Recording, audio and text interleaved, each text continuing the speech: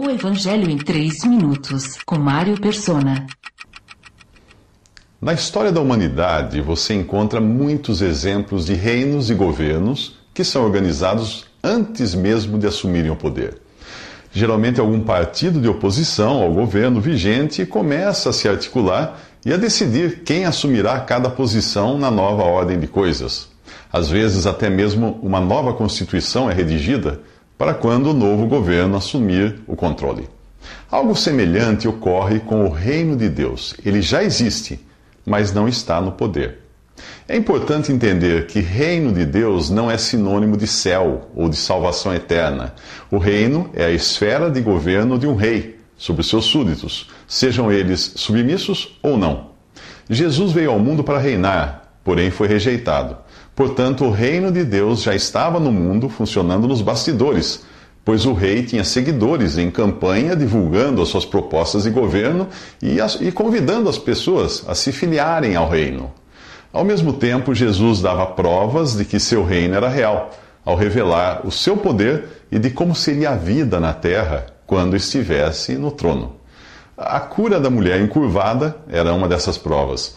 Se você entender isto, entenderá a passagem de Hebreus 6, que diz que para aqueles que uma vez foram iluminados, provaram o dom celestial, tornaram-se participantes do Espírito Santo, experimentaram a bondade da palavra de Deus e os poderes da era que há de vir, ou seja, do reino, e caíram, é impossível que sejam reconduzidos ao arrependimento. Isso está em Hebreus 6, de 4 a 6.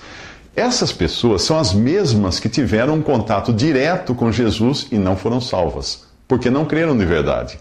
Elas estavam no reino, porém eram contrárias ao rei. Elas foram expostas à luz da presença de Cristo, sentiram um gostinho do dom celestial e foram participantes do Espírito Santo ao serem influenciadas por ele. O Espírito Santo é quem convence o pecador do pecado, da justiça e do juízo vindouro, como explica João 16:8, tentando salvá-lo, tentando levá-lo a Cristo para a salvação. O Espírito Santo também santifica o pecador, ou seja, o separa, colocando-o numa posição de privilégio, como a do incrédulo casado com uma mulher crente, em 1 Coríntios 7,14, mesmo sendo incrédulo. Os poderes da era que há de vir são os que Jesus manifestava ao curar doentes e alimentar multidões. Muitos dos que beberam do vinho das bodas de Caná e comeram do pão que Jesus multiplicou, estariam mais tarde cuspindo nele e gritando: crucifica-o, crucifica-o. Para mostrar que na ausência do rei, o reino iria se deteriorar nas mãos dos homens, Jesus faz uma pergunta e a responde na forma de 2 exemplos. Com que se parece o reino de Deus? Com que o compararei? É como um grão de mostarda que um homem semeou em sua horta. Ele cresceu e se tornou uma árvore, e as aves do céu fizeram ninhos em seus ramos. É como fermento que uma mulher misturou com uma grande quantidade de farinha, e toda a massa ficou fermentada.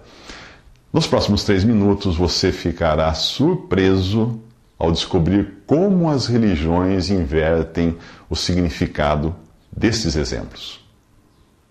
Visite 3minutos.net. Dúvidas? Visite respondi.com.br.